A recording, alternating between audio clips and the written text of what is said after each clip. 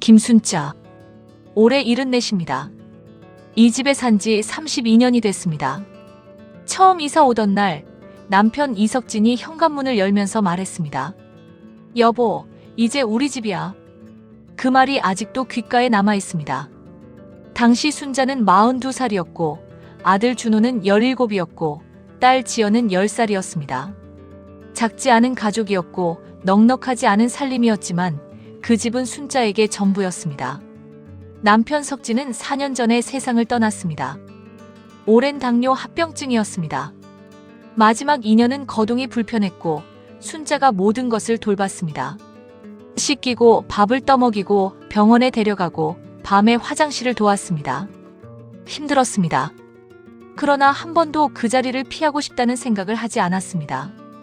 남편이 순자에게 해준 것들을 생각하면 이 정도는 당연한 것이었습니다. 석진이 떠나고 나서 아들 준호가 며느리 선미와 함께 들어왔습니다. 넓은 집에 혼자 계시면 안 된다고 했습니다. 순자는 고마웠습니다. 그래도 자식이 챙겨주는구나 싶었습니다.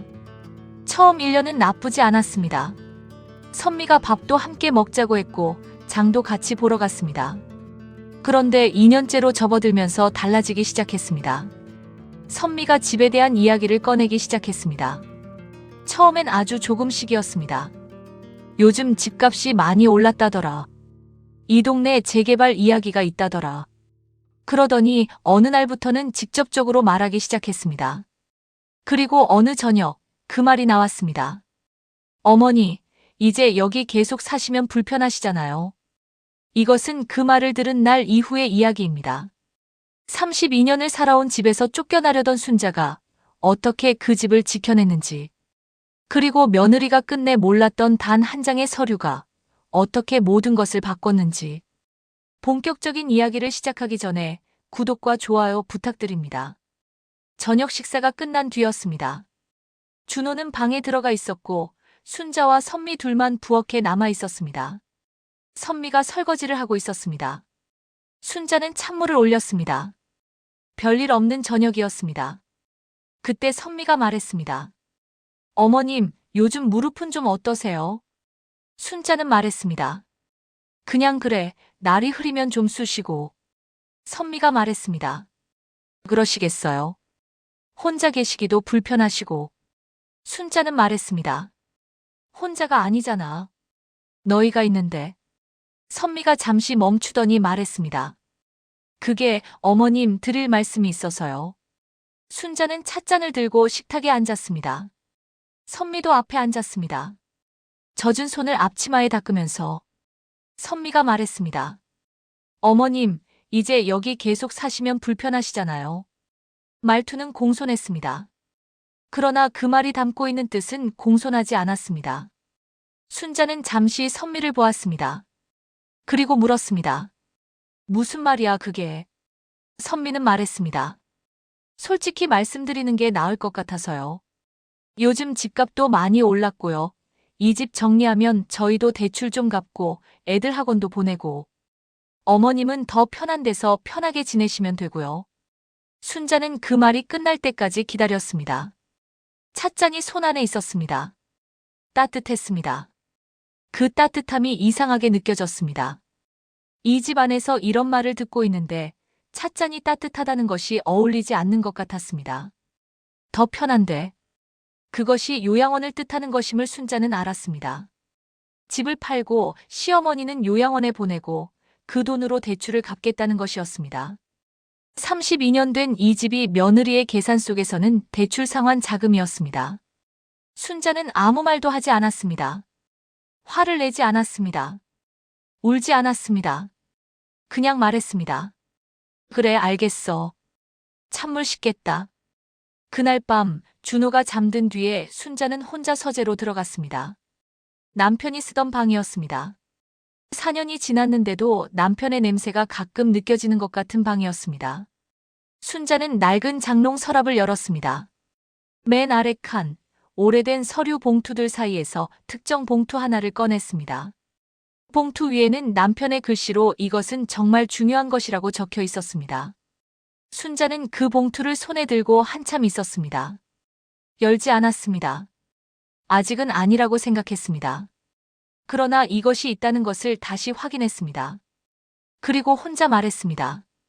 그래. 아직 끝난 건 아니지. 그 말은 누구에게 하는 것이 아니었습니다. 자신에게 하는 말이었습니다. 지금 무너지지 않겠다는 말이었습니다. 순자가 이 집과 처음 인연을 맺은 것은 32년 전이었습니다. 남편 석진이 다니던 회사에서 분양 기회가 생겼습니다. 당시 순자 부부에게는 목돈이 없었습니다. 남편은 월급을 모아두었고 순자는 결혼 전에 다니던 봉제 공장에서 모아둔 돈이 있었습니다. 거기에 친정 어머니가 조금 보태주셨습니다. 그렇게 해서 겨우 계약금을 마련했습니다. 중도금은 대출을 받았고 잔금은 석진이 회사에서 대부를 받았습니다. 한 달 한 달 갚아나가는 것이 10년이 걸렸습니다. 그러니까 이 집은 남편 혼자의 것이 아니었습니다. 순자의 돈도 순자 친정 어머니의 마음도 순자의 10년이 모두 들어있는 집이었습니다. 석진이 세상을 떠나기 전에 한 가지를 당부했습니다. 집 문제는 최 변호사에게 다 맡겨뒀으니 무슨 일이 생기면 먼저 거기 연락해. 순자는 물었습니다. 무슨 일이 생겨요? 석진이 말했습니다. 모르지. 그러니까 미리 해둔 거야. 순자는 그 말이 무슨 뜻인지 깊이 생각하지 않았습니다. 그냥 알겠다고 했습니다. 준호가 선미와 결혼한 것은 15년 전이었습니다. 선미는 처음엔 순자에게 살갑게 굴었습니다. 명절마다 일찍 왔고 제사 음식도 거들었습니다. 순자는 며느리 복이 있다고 생각했습니다. 주변 친구들이 며느리 때문에 힘들다는 말을 들을 때마다 나는 괜찮다고 했습니다. 그런데 석진이 떠나고 나서부터 달라졌습니다. 처음엔 아주 작게 달라졌습니다. 오는 횟수가 줄었고 올 때마다 표정이 조금씩 달랐습니다. 명절에 왔다가 일찍 가려 했고 제사는 간소하게 하자고 했습니다. 순자는 그것을 며느리가 바빠서 그렇다고 생각했습니다. 요즘 세상이 다 그렇다고. 그러다 준호와 선미가 집에 들어와 함께 살기 시작했습니다. 순자는 그때도 그들의 의도를 좋게만 생각했습니다.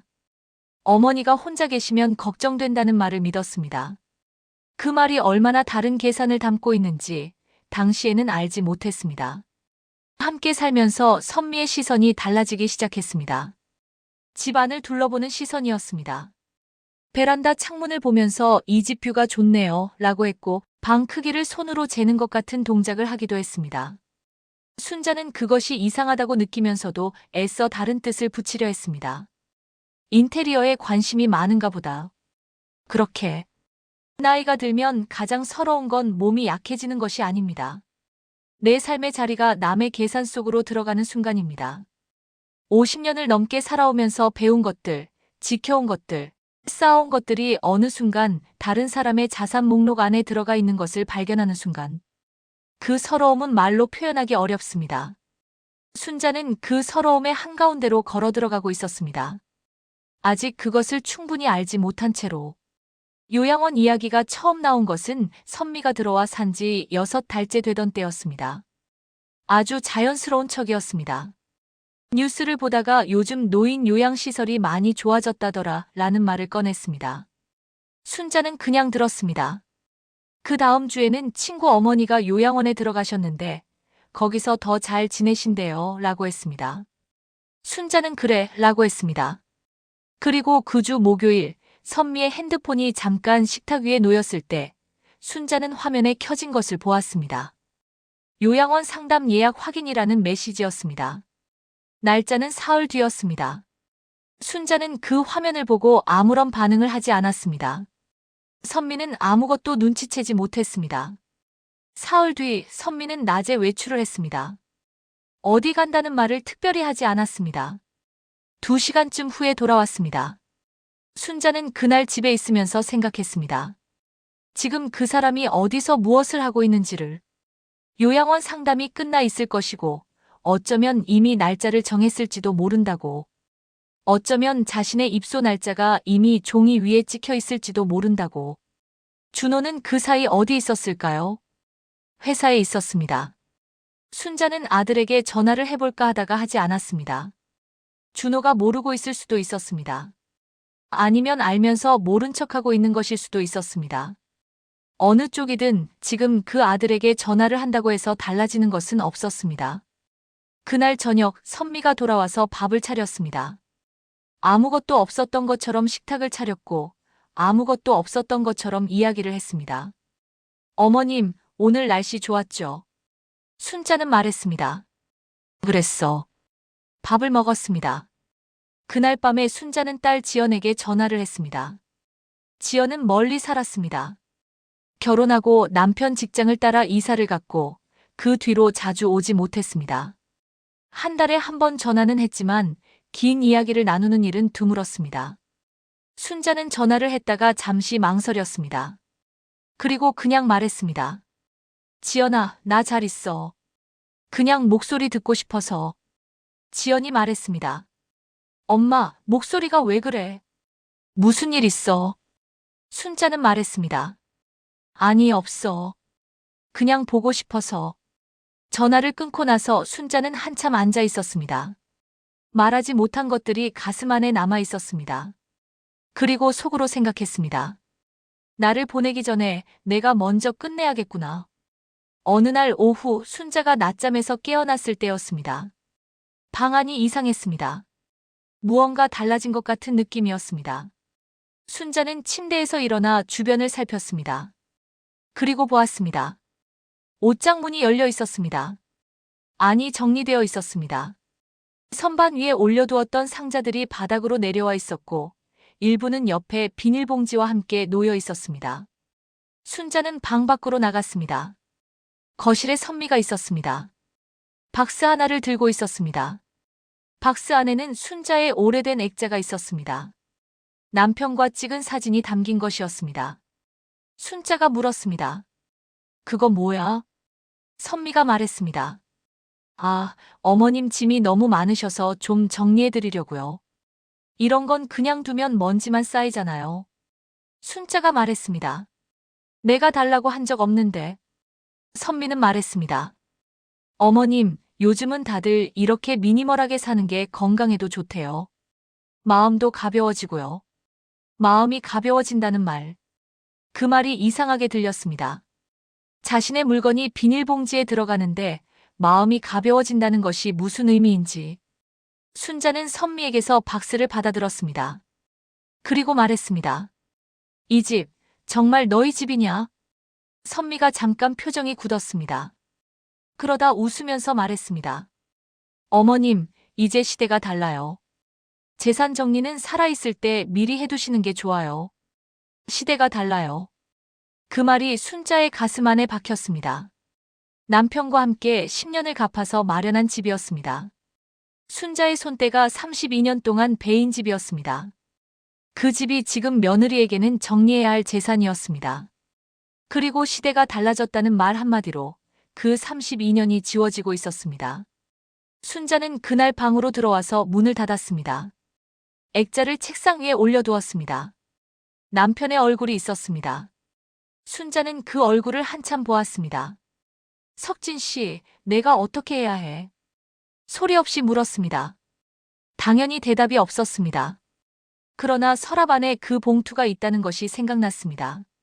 남편이 준비해 두었다는 그것. 그날 밤 순자는 최 변호사에게 전화를 했습니다. 여보세요, 저 김순자인데요. 남편이 이석진인데요. 잠깐 통화가 될까요? 전화기 너머에서 잠시 침묵이 흐르다가 목소리가 들렸습니다. 아, 사모님. 기다리고 있었습니다. 언제든 연락 주실 것 같았어요. 순자는 말했습니다. 이제 만나야 할 것 같아요. 최 변호사 사무실은 지하철역에서 걸어서 10분 거리에 있었습니다. 순자는 준호와 선미에게는 오래된 친구를 만나러 간다고 했습니다. 버스를 타고 지하철을 갈아타고 갔습니다. 무릎이 좀 아팠지만 천천히 걸었습니다. 이 정도는 충분히 할 수 있었습니다. 최 변호사는 60대 초반의 단단한 인상을 가진 사람이었습니다. 남편 석진이 살아있을 때부터 집안 법률 일을 맡아온 사람이었습니다. 남편과는 20년 넘게 알아온 사이라고 했습니다. 순자는 몇 번 본 적이 있었지만 깊이 이야기를 나눈 적은 없었습니다. 최 변호사가 커피를 내왔습니다. 두 사람이 마주 앉았습니다. 그리고 말했습니다. 사모님, 먼저 이것을 보시겠습니까? 두꺼운 서류 봉투를 꺼내서 앞에 놓았습니다.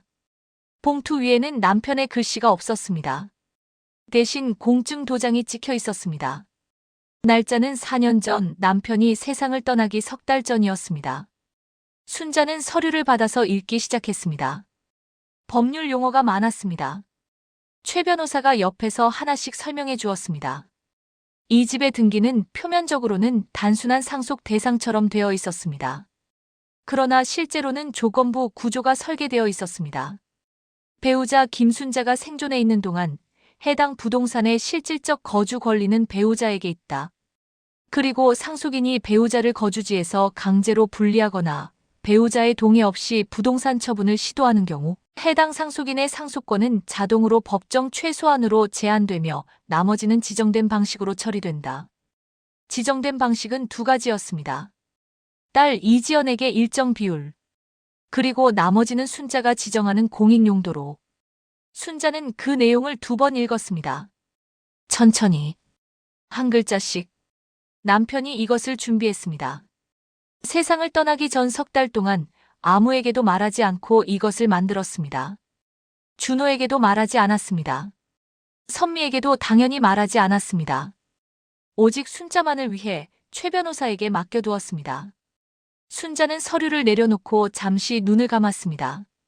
눈물이 났습니다. 남편이 세상을 떠나고 4년 동안 이것이 있다는 것을 알면서도 꺼내지 않았습니다. 설마 쓸 일이 생기겠어 라고 생각했었습니다. 그러나 이제 쓸 일이 생겼습니다. 최 변호사가 말했습니다. 사모님, 이제 공개하셔도 됩니다. 그리고 덧붙였습니다. 선생님이 이것을 만들 때 제게 이런 말씀을 하셨어요. 순자가 건강한 한 그 집은 순자 것이라고. 그 사람이 허락하지 않으면 아무것도 움직일 수 없게 해달라고. 순자는 그 말을 듣고 오래 앉아 있었습니다. 창밖으로 가을 햇빛이 들어왔습니다. 석진 씨, 고마워요. 소리 없이 말했습니다. 그리고 눈물을 닦았습니다. 닦고 나서 최 변호사에게 말했습니다. 언제 공개하면 될까요? 최 변호사가 말했습니다. 사모님이 결정하시면 됩니다. 준비는 다 되어 있습니다. 순자는 말했습니다. 그 사람들이 나를 내보내려는 날, 그날 하겠습니다. 그날이 왔습니다. 선미가 먼저 말을 꺼낸 것은 토요일 오전이었습니다. 준호도 집에 있었습니다. 선미가 말했습니다. 어머님, 저희가 드릴 말씀이 있어서요. 요양원 자리가 났거든요. 제가 알아봤는데 시설도 좋고 어머님 연세에 딱 맞게 관리도 잘해주는 곳이에요. 이번 달 말에 입소하시면 될 것 같아요. 이번 달 말. 2주 뒤였습니다. 순자는 두 사람을 번갈아 보았습니다. 준호는 선미 옆에 앉아 있었습니다. 눈을 피했습니다. 시선이 바닥을 향해 있었습니다. 말을 하지 않았습니다. 순자는 아들의 그 눈을 보았습니다. 어릴 때 잘못을 하고 나서 눈을 피하던 그 눈이었습니다. 초등학교 때 유리창을 깨고 눈을 피하던 그 눈. 그 눈이 지금 이 자리에 있었습니다. 49살이 된 아들의 얼굴에. 선미가 말했습니다. 어머님, 이제 요양원 가셔야죠. 저희도 더 이상은. 말을 완전히 끝내지 않았습니다. 그 끝내지 않은 말이 무엇인지 순자는 알았습니다. 저희도 더 이상은 이 집에 어머니와 같이 있을 수 없다는 것이었습니다. 정확히 말하면 어머니 없이 이 집을 갖고 싶다는 것이었습니다. 순자는 자리에서 일어났습니다. 방으로 들어갔습니다. 서랍을 열었습니다. 서류 봉투를 꺼냈습니다. 그리고 최 변호사에게 전화를 했습니다. 오늘이에요. 지금 와줄 수 있어요. 최 변호사가 말했습니다. 1시간 뒤에 뵙겠습니다. 순자는 다시 거실로 나왔습니다. 가방을 들었습니다. 선미가 말했습니다. 어디 가세요? 순자는 말했습니다. 잠깐 나갔다 올게. 그리고 나가서 1시간 동안 동네를 걸었습니다. 32년 동안 걸어온 동네였습니다. 봄이면 벚꽃이 피는 길, 아이들이 학교 가던 길, 남편과 저녁 먹고 산책하던 길. 순자는 그 길들을 천천히 걸었습니다. 집에 돌아왔을 때 최 변호사가 현관 앞에 서 있었습니다. 두 사람이 함께 들어갔습니다. 선미가 최 변호사를 보고 눈썹이 올라갔습니다. 이분이 누구세요? 순자는 말했습니다. 우리 집 법률 담당이야. 순자는 가방에서 서류 봉투를 꺼냈습니다. 식탁 위에 올려놓았습니다. 그리고 말했습니다. 나가기 전에 이것부터 읽어봐라. 최 변호사가 서류를 꺼냈습니다. 준호와 선미는 식탁 앞에 앉아 있었습니다. 두 사람 모두 긴장한 기색이 역력했습니다.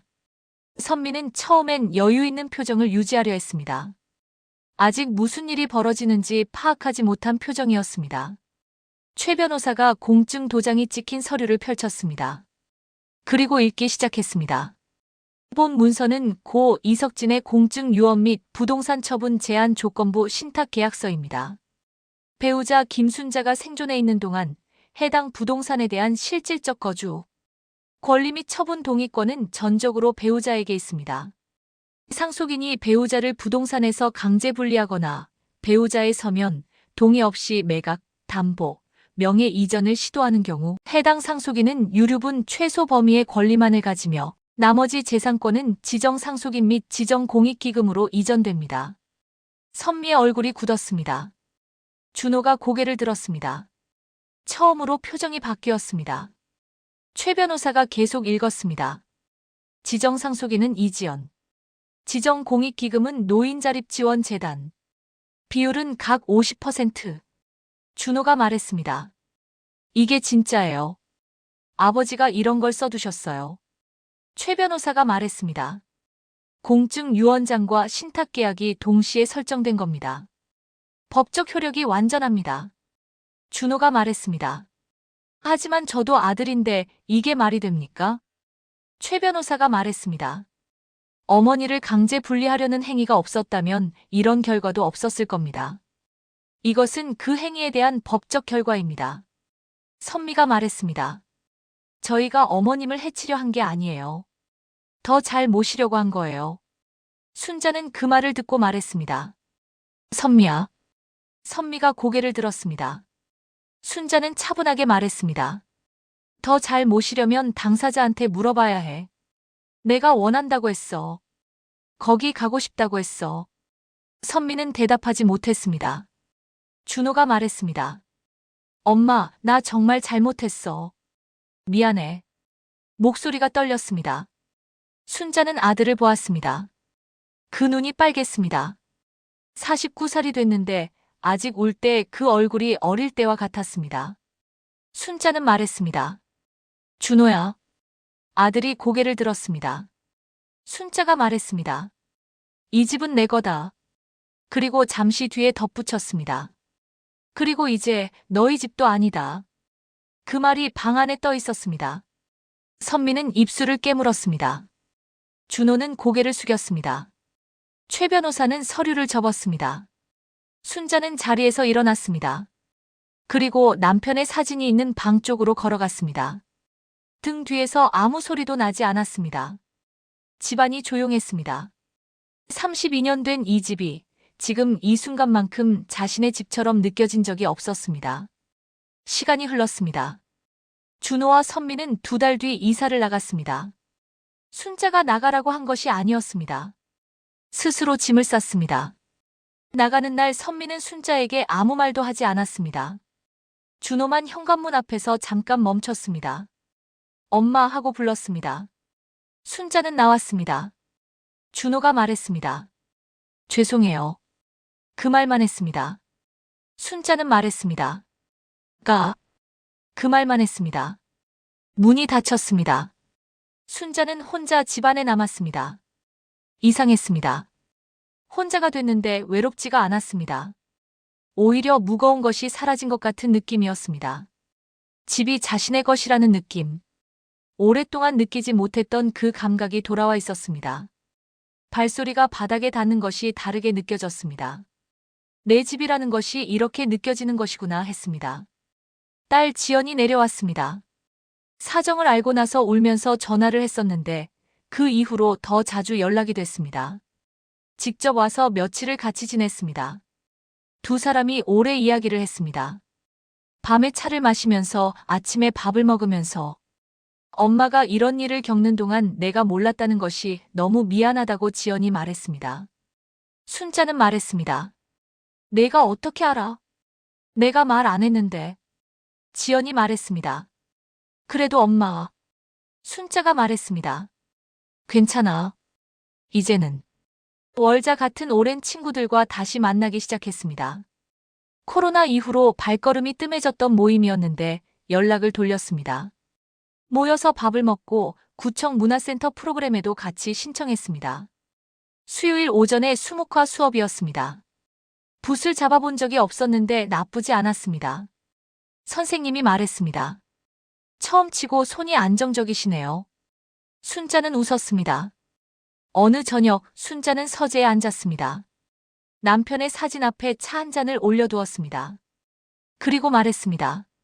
석진 씨, 그 서류 잘 썼어요. 잠시 있다가 덧붙였습니다. 근데 살아있을 때 말해줬으면 어떻게 됐을까요? 대답이 없었습니다. 그러나 이상하게도 방안이 춥지 않았습니다. 노년의 후회는 늦게 알아챈 배신이 아니었습니다. 끝까지 참고만 있었던 자신의 마음이었습니다. 가족을 위해 사는 것이 당연하다고 생각하면서 자신을 위한 선택은 늘 뒤로 미뤘습니다. 그 미움이 쌓이고 쌓여서 어느 순간 자신의 자리가 없어진 것이었습니다. 이제는 다릅니다. 아침에 일어나면 오늘 무엇을 하고 싶은지를 먼저 생각합니다. 작은 것들입니다. 어디를 걸을지, 누구에게 전화를 할지, 뭘 먹고 싶은지. 그러나 그 작은 것들이 자신의 것이었습니다. 선택이었습니다. 32년 된 집에 순자 혼자 삽니다. 창가에는 남편이 좋아하던 화분이 있습니다. 거실 소파는 예전과 같습니다. 저녁엔 혼자 밥을 먹고 밤엔 조용합니다.